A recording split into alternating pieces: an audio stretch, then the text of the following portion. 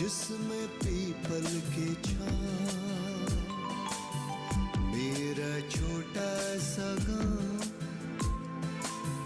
जिसमें पीपल की छाँव, गाँव में आशियाँ था, अपनापन में जीवन था, मेरा छोटा सा गाँव, मेरा प्यारा सा गाँव।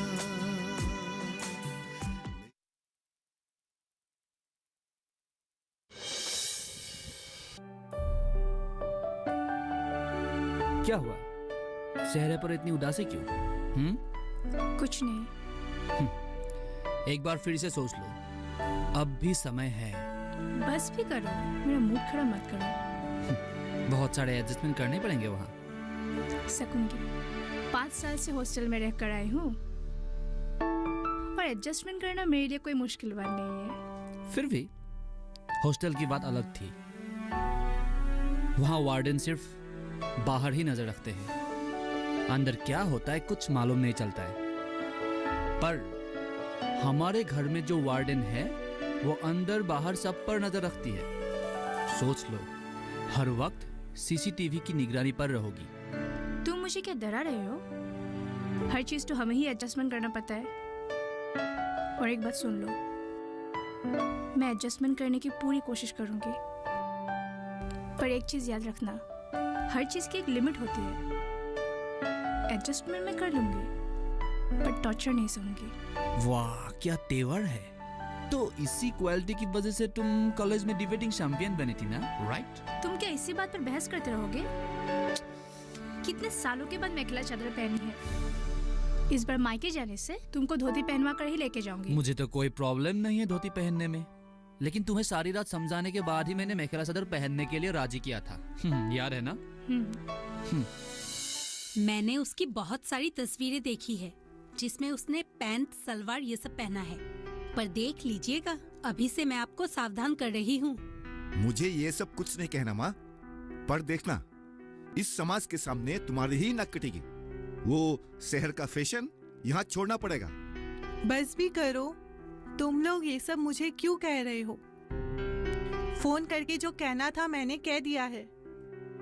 वो आजकल शहर में रहता है तो क्या हुआ, गांव में पला बड़ा है, गांव के रीति रिवाज उसे अच्छे से पता है। छोड़ो गांव में पला बड़ा।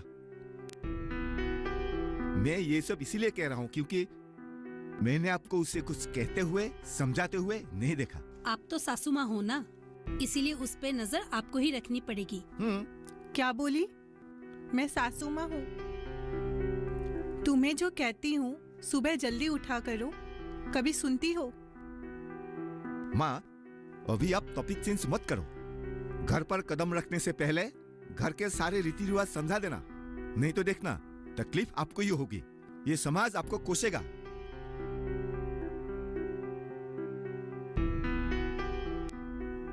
माँ, मेरे पास उसकी कई सारी तस्वीरें हैं, तब की जब वो लोग गोवा गए थे। इस घर की बहू होकर ये सब कपड़े पहनना शोभा देता है क्या? आपको दिखाऊं क्या वो सब तस्वीरें? मैं देखकर क्या करूंगी? अब तुम रसोई का काम संभालो। इतनी दूर से आएंगे वो लोग, भूख तो जरूर लगेगी। जाओ खाने का इंतजाम करो, मैं आती हूँ। अब तो मेरी हैसियत एक रसोइया जैसे हो जाएगी। वो बैठ बैठ कर महारानी की तरह ऑर्डर करेगी, खाएगी। पति जो नौकरी वाला है, इसीलिए ये आलीशान सेवा, ये सब उन्हीं के लिए। 5 बजे? भैया गाड़ी रोको, रोको इसी वक्त। अरे पर क्यों? मैंने कहा ना गाड़ी रोको। तुमने मुझे पहले क्यों नहीं बताया कि मुझे सुबह 5 बजे उठना पड़ेगा? क्यों? जिस रात को मैंने तुम्हें मेखेला चादर पहनने के लिए राजी किया था उसी समय ही तो बताया था। सुबह उठना पड़ेगा, हम्म। ये तीन शब्द बताए थे तुमने। कोई टाइम का जिक्र नहीं किया था। पर सुबह 5 बजे ही उठना होगा। गांव में सुबह का मतलब 4 से 5 बजे। तुम बदमाशी कर रहे हो। तुम ये बात मुझे अब बता रहे हो जब घर पहुंचने के लिए सिर्फ कुछ समय ही बाकी है। अरे कहाँ जा रही हो? माँ के घर। पर कैसे जाओगी? जरूरत पड़ने पर पैदल ही चली जाऊंगी। रुको तो। तुम्हारे जैसे बदमाश लोगों के साथ मुझे बात करने का कोई मूड नहीं है। ओह ठीक है, पर मैं ये कहना चाहता हूँ कि तुम जाते हुए अपने कपड़े का बैग तो लेते हुए जाओ। तुम मुझे अभी के अभी क्लियर करो कि वहाँ जाके मुझे कौन कौन से नियम मानने होंगे। ये मेखेला चादर 5 बजे, इनके अलावा क्या क्या है बोलो? मतलब तुम 5 बजे उठने के लिए तैयार हो? मैंने तो ऐसा नहीं कहा। तुम मुझे ये बताओ वहाँ जाके मेरे साथ और क्या क्या बुरा होने वाला है। तुम्हें तो पता ही है ना कि हॉस्टल के दिनों से ही मुझे जल्दी उठने की आदत नहीं है। पर तुम ही तो कहती रहती हो कि तुमने 5 साल हॉस्टल में गुजारे हैं, हर चीज में एडजस्ट कर लेती हो वगैरह वगैरह।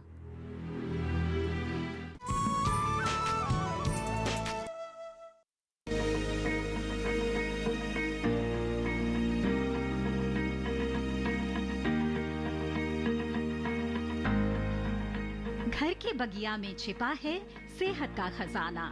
टेरेस गार्डनिंग से बनेगा घर ब्यूटीफुल और हेल्दी। क्यों ना गार्डन में उगाएं अपने फल फूल और सब्जियां, जिससे सेहत भी बने और छत की बगिया भी खिली खिली रहे। देखिए छत पर बागवानी, शनिवार सुबह 9 बजे सिर्फ दूरदर्शन किसान पर।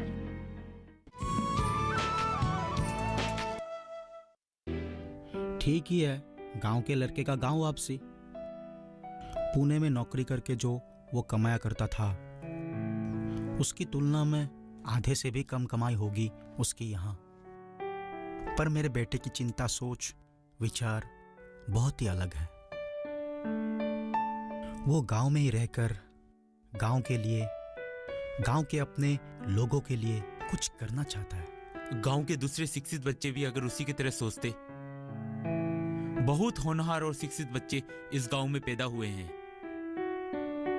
पर एक भी तुम्हारे बेटे की तरह सोचने वाला नहीं मिला। हाँ, उसके लिए दूसरों को जिम्मेदार ठहरा के क्या लाभ। गांव में अफसर की कमी है, इसीलिए होनहार लड़के गांव छोड़कर चले जाते हैं। गांव में अफसरों की कमी नहीं है। सरकार की बनाई हुई सभा समिति में मुझे शामिल होकर जो जानकारी मिली है, बहुत सारी योजनाएं है सरकार की जो गांव में सहयोग कहो या अवसर कहो तैयार कर सकते हैं। बस हम गांव वालों को इन योजनाओं का लाभ उठाना चाहिए। हाँ, मेरा बेटा भी ऐसा ही कहता है। ठीक है, तो फिर मैं अब चलता हूँ। पैसे दो। कौन से पैसे? मतलब आपने ही तो कहा था बाजार से मांस मच्छी लाने के लिए। लाडले जो आ रहे हैं, दाल चावल से थोड़ी चलेगा। अब कौन से पैसे चाहिए? सुबह तो पैसे लेकर गए थे। सुबह भी कितनी सारी चीजें खरीद के लाया था। क्या क्या लाए थे? लिस्ट कहाँ है, दिखाओ। ठीक है, 100 रुपए ही दे दो, चलेगा।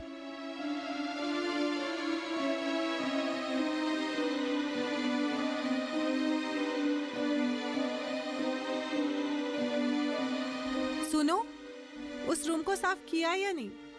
हाँ। उस मकड़ी के जाल को अच्छे से साफ किया या नहीं? बोल्दी क्यों बंद हो गई है? क्यों? उन लोगों के हाथ पांव नहीं है क्या?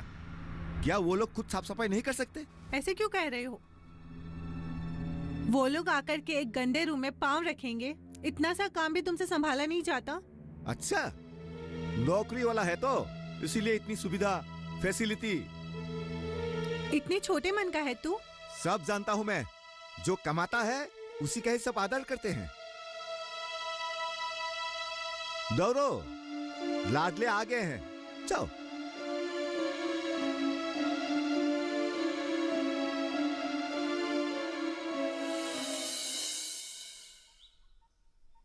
वाह, कितना सुंदर मेखला चादर पहन कर आई है। पता नहीं कहाँ से खरीदा होगा ये सब।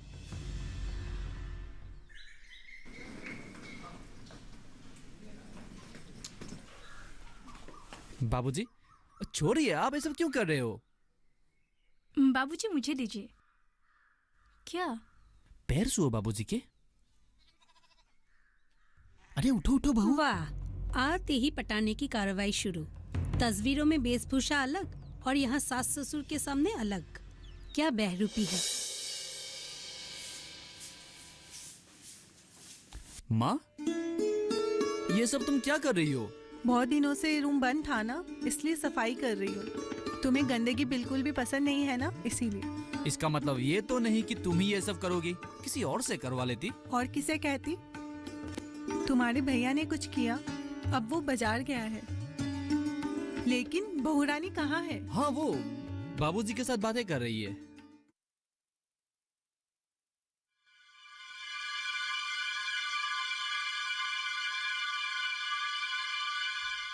ठीक है, तुम बैठो।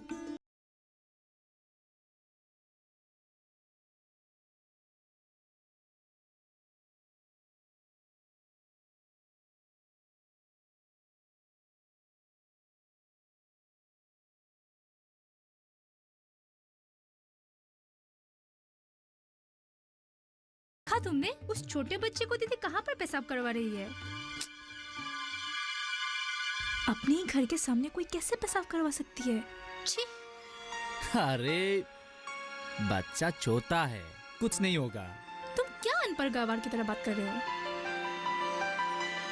पेशाब पेशाब होता है। हाँ हाँ जी, अब बिल्कुल सही हो, लेकिन गांव में ऐसा ही होता है। तुम इन सब की आदत डाल लो। निर्माली को बुलाओ।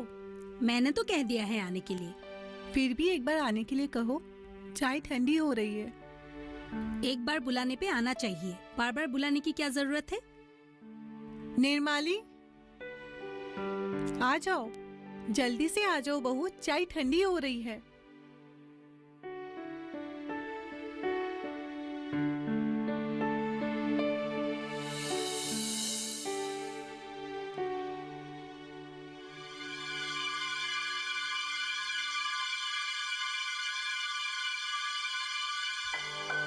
दीदी आप ये क्या कर रही है?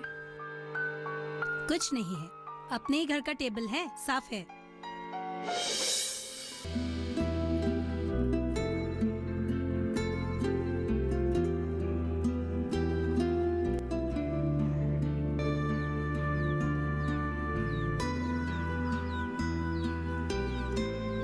अरे मानव, कब पहुंचा? थोड़ी ही देर पहले यार, कैसे हो? बस चल रहा है। पर मैंने सुना है कि तू पुणे वाली नौकरी छोड़कर गांव में वापस आया है। सही सुना है। एक फर्स्ट क्लास नौकरी और दिल खुश करने वाली तनख्वाह छोड़कर तू गांव में मास्टरी करने के लिए आया है। क्यों भाई? क्यों का मतलब? क्यों इसलिए, यहाँ मास्टरी करके क्या कमा लोगे? ठीक है, कमाई की बात छोड़ो। एक अच्छी नौकरी, पुणे जैसी सिटी का लाइफस्टाइल, और कहाँ ये गांव जैसा लाइफस्टाइल, तू कैसे एडजस्ट करेगा? ऊपर से तुम मैट्रिक पास करने के बाद से ही शहरों में घूम रहे हो। मेरे माता पिता ही जब मेरे इस सिद्धांत को समझने में असमर्थ रहे, तो तुम्हें तो आश्चर्य होना ही है। दरअसल बात यह है कि मैंने कोई लाभ नुकसान सोचकर ये सिद्धांत नहीं लिया है। एक अलग किस्म की चीज ही मुझे यहाँ खींच लाई है। कौन सी चीज? शादी तो तूने कर ही ली। तुम्हारा ये सिद्धांत सुनकर मेरा दिमाग काम करना बंद कर दिया है।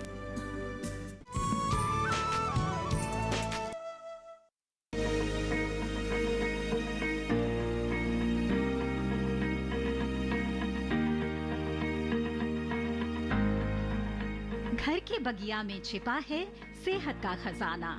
टेरेस गार्डनिंग से बनेगा घर ब्यूटीफुल और हेल्दी। क्यों ना गार्डन में उगाएं अपने फल फूल और सब्जियां, जिससे सेहत भी बने और छत की बगिया भी खिली खिली रहे। देखिए छत पर बागवानी, शनिवार सुबह 9 बजे सिर्फ दूरदर्शन किसान पर।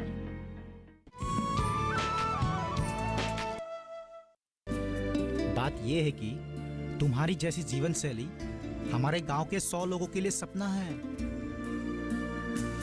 जीना चाहते हैं तेरे जैसे, पर वही जीवन छोड़कर तू गांव वापस आ गया है। कह तो दिया, एक अलग किस्म की चीज ही मुझे यहाँ खींच लाई है। कौन सी चीज जो हमें गांव में रहते हुए भी दिखाई नहीं दी और तुझे खींच लाई? वो देखो।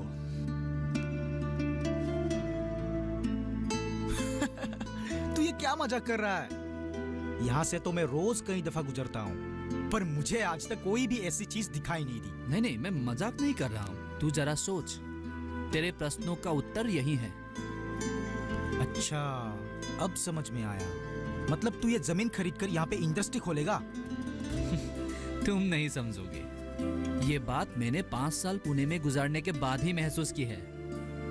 जब मैं गांव के लड़कों को अड्डों में बेफिजूल समय नष्ट करते हुए देखता हूँ, जब गली गलियों में नौकरी खोजते हुए एक शिक्षित लड़के की हताशा मुझे दिखाई देती है, तब मुझे बहुत दुख होता है। जब किसी बाप की आर्थिक स्थिति एक होनहार बच्चे के भविष्य में अड़चन पैदा करती है, तब मैं बहुत विचलित होता हूं। अब तो मुझे यकीन हो गया है तू राजनीति में उतरेगा। सही बोला ना? जब मैं कभी गांव के इन समस्याओं के बारे में सोचता हूं, तब मेरे दिल में एक ही वजह उभर के आती है। हाँ, बहुत बड़ी जमीन है।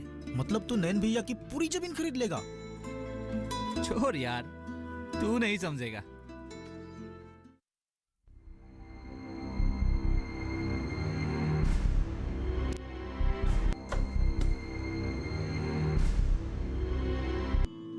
मैं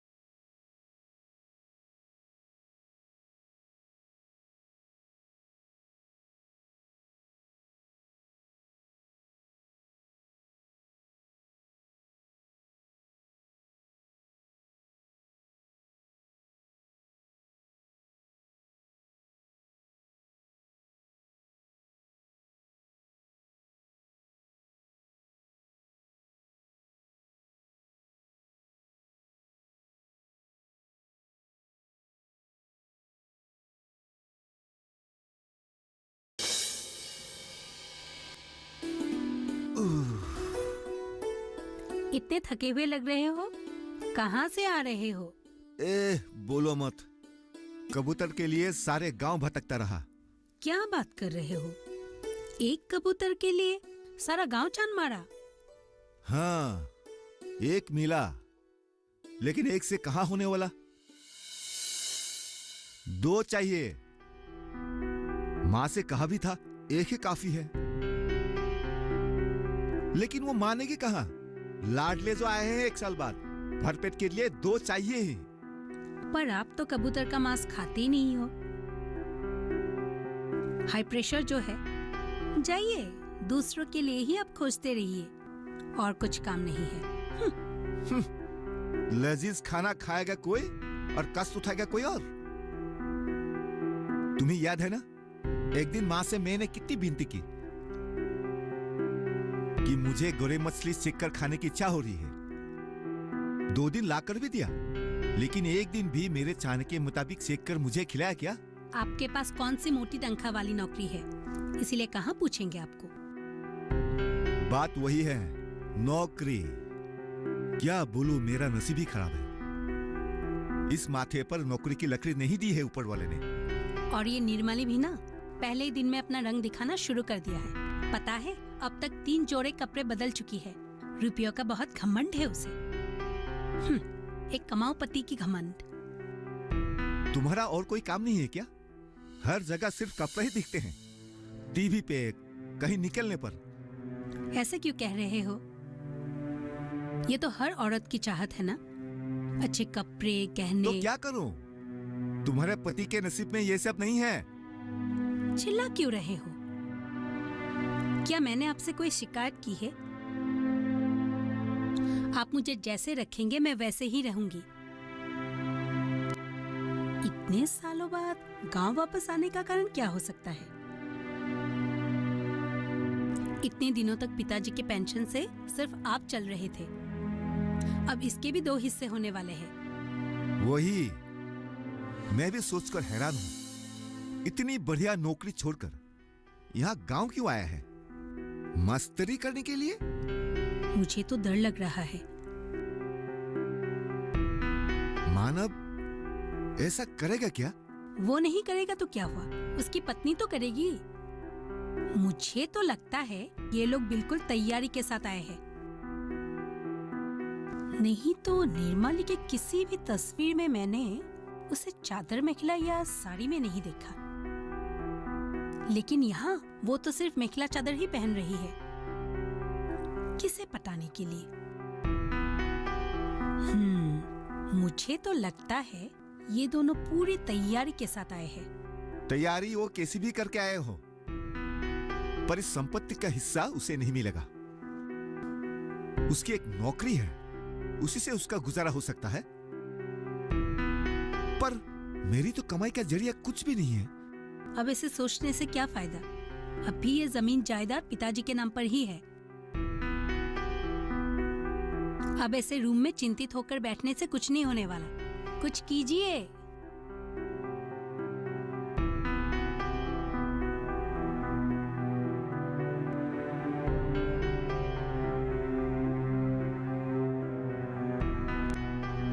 सही कह रही हो, मुझे जल्दी ही कुछ करना पड़ेगा। कैसे होने देंगे 2 हिस्से? उसके पढ़ाई के नाम बाबूजी ने कितने पैसे खर्च किए हैं पता है तुम्हें? गांव के लोगों को तू ये क्या सपना दिखा रहा है?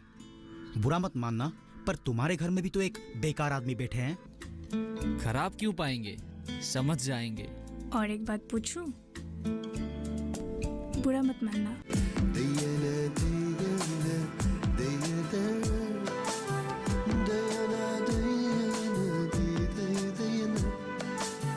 शिक्षा जो मैंने पाई, जिसने दुनिया दिखाई, अब है मेरी बारी, चुकानी है वो उधारी। शिक्षा जो मैंने पाई, जिसने दुनिया दिखाई, अब है मेरी बारी, चुकानी है वो भारी, निभानी है जिम्मेदारी, मिटाना है अंधियारी, निभानी है जिम्मेदारी, मिटाना है अंधियारी। मेरा छोटा सा गाँव जिसमें